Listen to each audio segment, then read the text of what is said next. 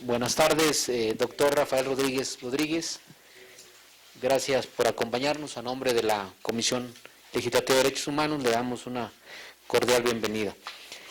Comentarle de manera muy breve el procedimiento que llevaremos el día de hoy. Estaremos votando en esta entrevista.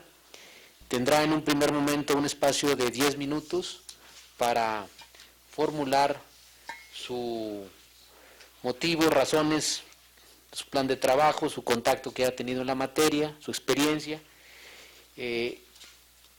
por qué aspira a ser consejero de la Comisión Estatal de Derechos Humanos. Habrá otro segundo momento de preguntas y respuestas por 20 minutos y finalmente una sesión de réplicas, si así lo considera los diputados, la diputada. Tiene el uso de la palabra por 10 minutos, doctor Rafael Rodríguez. Muchas gracias. Adelante. En principio quiero expresar mi satisfacción de participar en esta selección de los consejeros que van a integrar el Consejo Consultivo de la Comisión de Derechos Humanos. Una de las preocupaciones que tiene la ciudadanía, sin duda, es que todos los organismos autónomos, todos sin excepción, tengan dos características importantes. Una que tiene que ver con la autonomía funcional y otra que tiene que ver con su independencia. Cuando hablamos de la autonomía funcional significa que los organismos autónomos tengan la posibilidad de ejercer sus funciones sustantivas y su independencia, que sea independiente de quien lo nombra, porque eso le da el cariz y le da el ritmo y le da la posibilidad de realizar sus actividades sustantivas. Eso es fundamental. Eso garantiza que los ciudadanos se sientan satisfechos, conformes. De lo contrario, no tiene sentido crear organismos autónomos. La gente está preocupada porque, por ejemplo, la Comisión Nacional de Derechos Humanos, la Auditoría Superior de la Federación, el Instituto Nacional Electoral, que no tienen una autonomía propia políticamente. No se puede pasar así de una democracia formal, debemos de pasar a la democracia material. Eso significa, por eso me preocupa dejar en pie estos argumentos, es muy importante. Porque lo menos que tienen algunos de los órganos autónomos es autonomía y mucho menos independencia. Quizás esto no agravie a nadie ni dificulte nuestro diálogo y nuestra comunicación. Pero es importante señalarlo, porque ese es el fundamento importante. Una de las cosas, yo digo que los consejeros no son los que está un presidente en este caso, pero los consejeros, su función principal es justamente eso. Hacer análisis reflexivo, analítico, propositivo de los problemas de derechos humanos que plantean los ciudadanos. Eso es fundamental. Por lo tanto, el consejero tiene que ser un consejero interlocutor, un consejero accesible, un consejero analítico, reflexivo, un consejero que tenga cuidado, crítico, un consejero puntilloso que pueda dar una vertiente distinta a la hoy gran demanda de lo que son los derechos fundamentales. Voy a dar cumplimiento a los extremos establecidos en la base quinta, fracción tercera, cuando habla de que hay que señalar motivos, razones, justificaciones, el por qué quiero ser consejero de la comisión. En principio porque es mi campo, es mi rama, yo soy doctor en Derechos Humanos, es fundamental para mí sentir que el respeto a la promoción y defensa de los derechos humanos es fundamental para tener una convivencia sana y no hay que olvidar que el gran problema del Estado de Derecho es la convivencia. Entonces, creo que es muy saludable y bastante fundamental que se respeten los derechos, pero sobre todo que se garanticen. Me gusta el trabajo colectivo. El trabajo colectivo genera conocimiento propio, el hecho de trabajar con más, la diversidad, las cuestiones heterogéneas, generan un conocimiento extraordinario de lo que no sabemos. Los demás nutren.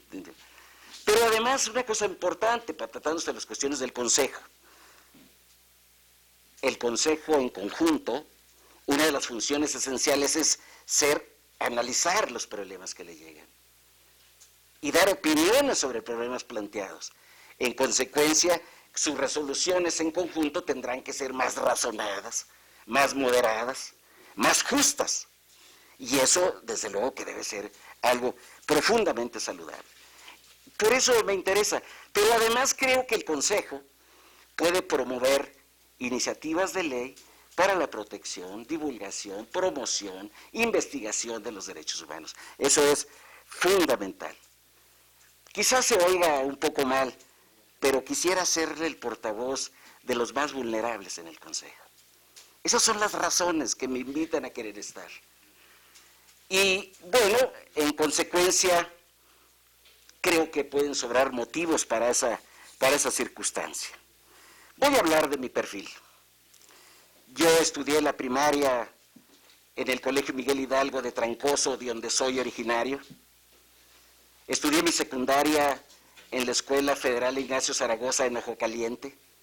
Estudié mi preparatoria en la Escuela Preparatoria número 2 de la universidad. Terminé mi preparatoria, ahí inicié mi preparatoria, terminé mi preparatoria en la Escuela de Bachilleres en Torreón, Coahuila. Y soy egresado de la Universidad Autónoma de Coahuila, soy abogado, soy licenciado en Derecho.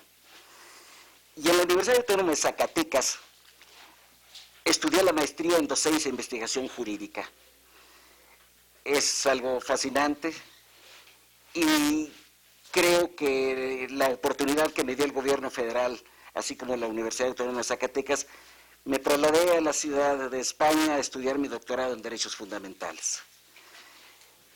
Me dan razones, más razones tengo, porque me he dedicado a la docencia por más de 25 años. Y justamente lo que me encargo de trabajar, lo que me gusta trabajar, las asignaturas que doy yo en la Facultad de Derecho, son justamente lo que tiene que ver con el derecho constitucional, con las garantías constitucionales, hoy derechos humanos, con lo que tiene que ver con los instrumentos y medios de protección de los derechos humanos, que es el juicio de garantías, el juicio de amparo, el juicio constitucional, y lo que tiene que ver con las prácticas, porque uno de los problemas más difíciles del estudio de los derechos humanos es cómo los hacemos visibles. Ese es realmente el problema. El problema no es cómo los establecemos y cómo los narramos, no es la narrativa formal. El problema de los derechos humanos es cómo los hacemos visibles. Entonces, soy diplomado por la Universidad Cuauhtémoc en Derechos Humanos y Juicio de Amparo. Tengo estudios avanzados en la Universidad Autónoma de Madrid de Derechos Humanos.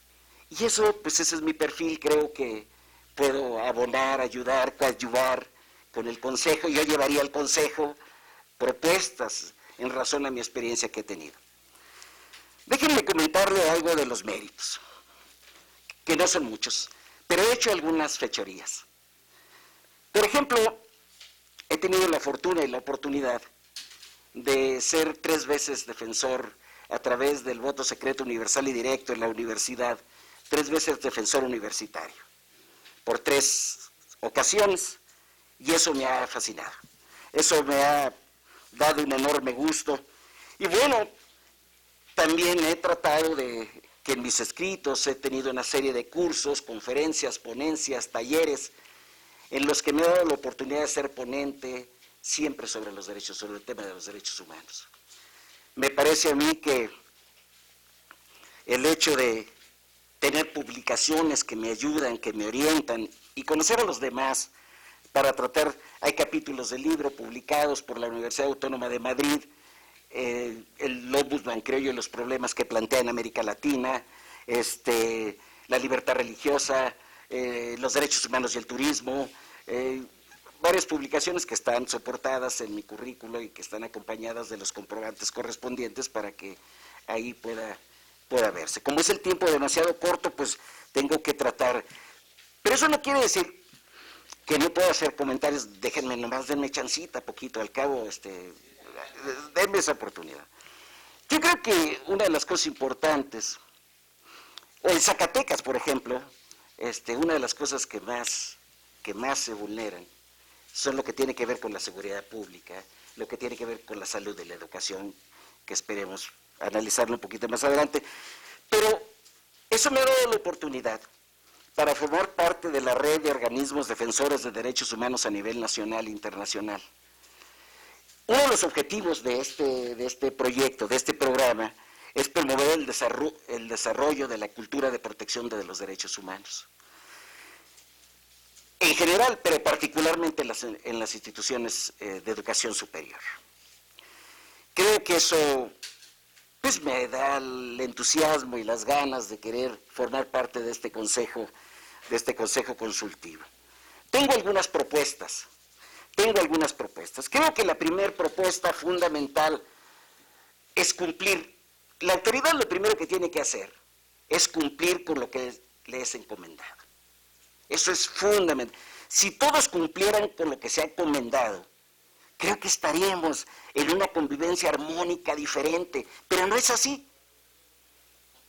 Yo, cuando hablan del Consejo, pues lo primero que trato de ver es cuáles son sus facultades, qué dice el artículo 21, cómo se compone, cuáles son sus facultades, cómo hace la narrativa. Y bueno, el primer compromiso que yo tengo si formo parte del Consejo es dar cumplimiento a la que establece la Ley Estatal de Derechos Humanos. El cumplimiento del trabajo al que se debe, pues.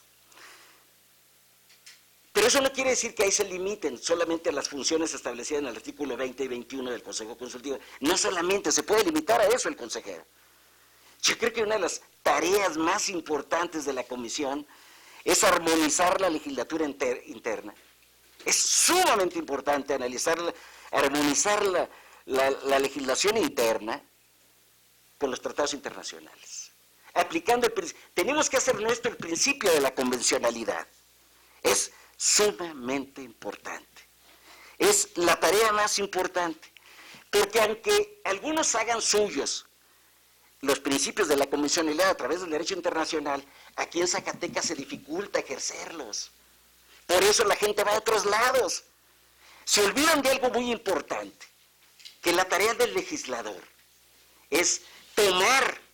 No se olviden que una de las fuentes principales de la creación del derecho son las fuentes reales.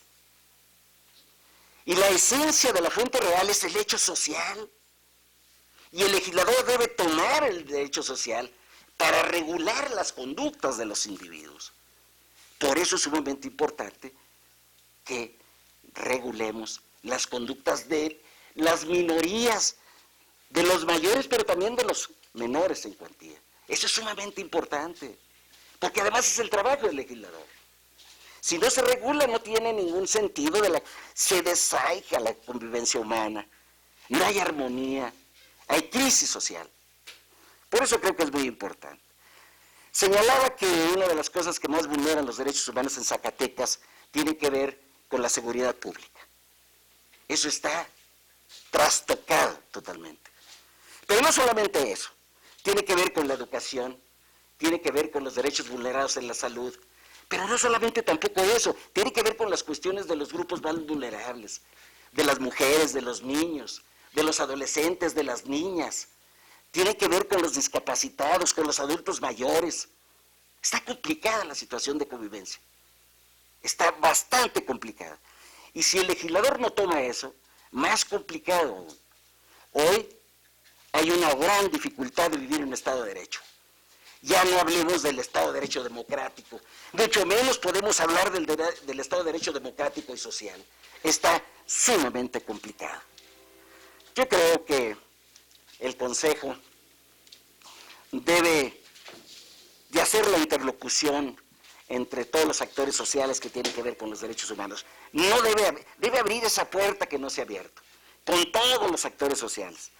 Creo que mantener espacios de diálogo con los actores sociales es fundamental. Y no solamente el presidente, del Consejo, fundamentalmente el Consejo. Por eso es importante que tenga una relación estrecha con la legislatura. ¿En qué sentido? Yo creo que si hay una relación estrecha con la legislatura, pues es factible que haya discusión, análisis, reflexión para presentar propuestas de modificación a las leyes sustantivas que tienen que ver con los derechos humanos.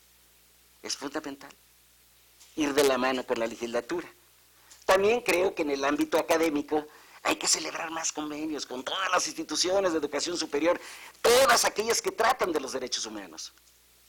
Todos tienen algo que aportar y todos tenemos algo que aprender.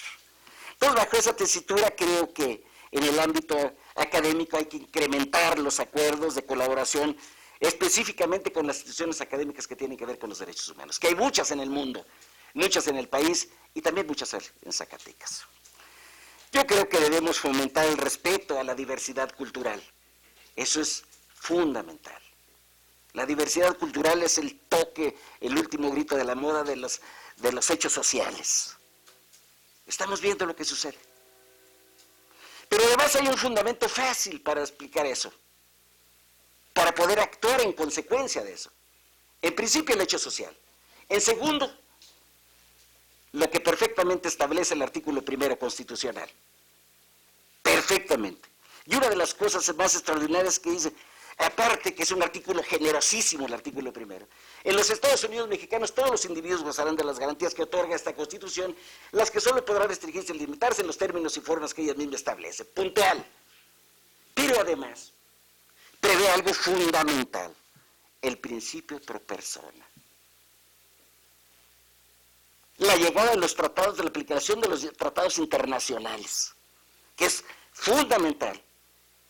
La obligación de las autoridades, que eso es fundamentalmente relevante, la obligación de las autoridades para respetar, para garantizar, para proteger, pero sobre todo para hacer visibles los derechos humanos. Eso es fundamental. Y algo que tiene que ver con lo que dije anteriormente es el último apartado que tiene que ver con la no discriminación por cuestiones de carácter étnico, de origen étnico, lo que tiene que ver con la diversidad sexual, lo que tiene que ver con la salud, con la discapacidad. Eso es fundamental. Si alguien me preguntara o me dijera a mí qué tengo que hacer, como le dije, ahí está el fundamento. Porque hay derechos prevalentes. Nunca hay que olvidar que hay una jerarquía de derechos prevalentes. Y el derecho prevalente es el derecho a la intimidad. La persona tiene derecho a la intimidad. El párrafo 4 señala con toda precisión, nadie puede ser discriminado por preferencias sexuales. ¡Nadie! Y si dice nadie, no es nadie. Y ya no hay discriminación. Lo que tiene que hacer el legislador, yo creo, es tomar esa fuente real que se traduce en el hecho social y regularla, pero además tiene una obligación de regularla. Es una obligación. ¿Qué hacen los actores que son diversos, que son heterogéneos, o que hacen suyo el derecho a la diversidad sexual? En el caso de Zacatecas van a otro lado y vienen y se casan, sin ningún problema, por ejemplo. Sin ningún problema. Porque hoy la Corte también decide, y el máximo tribunal en este país también toma nota de los hechos sociales, los hace suyos porque el legislador no los hace suyos, porque vacila en hacerlos suyos. Yo soy de la idea que deben de regularse todas las conductas de las personas que afecten al colectivo, que desarmonicen al colectivo, porque no hay que olvidar, si somos pragmáticos, que el derecho solamente es un instrumento de convivencia armónica, ni siquiera de justicia. Si no, no estaría la definición de Ulpiano de justicia es vivir honestamente, no dañar a nadie ni darle a cada uno lo suyo. Si todos fuéramos amigos, las cosas eran diferentes. Decía Aristóteles, no es necesario de tribunales. Si todos fuéramos amigos, no había necesidad de justicia. Si todos viviéramos en armonía, sería una convivencia distinta y diferente. Entonces creo que debemos de enseñar al ciudadano y a los funcionarios en especial a cumplir y hacer cumplir la norma, para estar verdaderamente en un Estado de Derecho. Es sumamente importante. Por eso debemos ser siempre programas que tengan que ver con la cultura de la legalidad, pero no solamente a los ciudadanos. Hay que exigirlo a los funcionarios públicos. Porque finalmente son ellos con los que interactúan con los ciudadanos, pero además son ellos contra los que se queja la ciudadanía. Por eso debemos siempre estar atentos a una cultura de la legalidad, pero también estar atentos a enseñarnos y tener el afán de querer enseñarnos. Yo creo que promover incansablemente programas de la cultura de calidad es una tarea esencial del Consejo. Crea mejores ciudadanos. También creo que una de las cosas importantes Hace poquito defendimos una tesis donde estamos planteando que en Zacatecas puede haber una pequeña corte de derechos humanos. ¿Cuál es el problema de las comisiones? El problema grande de las comisiones tiene que ver con que son recomendaciones no vinculatorias. Y si son recomendaciones no vinculatorias, entonces no obligan al que violenta el derecho humano, ¿verdad?, de manera tal que puede tener una salida sin ningún problema. Yo digo que se debe crear una estrategia para hacer efectivas las recomendaciones emitidas por la institución. Si no, no tiene sentido. No tiene sentido. Hoy va menos gente a la Comisión de Derechos Humanos, porque ya no creen tanto, porque las resoluciones solo se quedan ahí. Y entonces yo creo que debe hacerse una estrategia para hacer efectivas esas recomendaciones emitidas. Y creo que una de las cuestiones importantes sería hacer públicas, no como se hacen solamente en la Gaceta, sino en todos los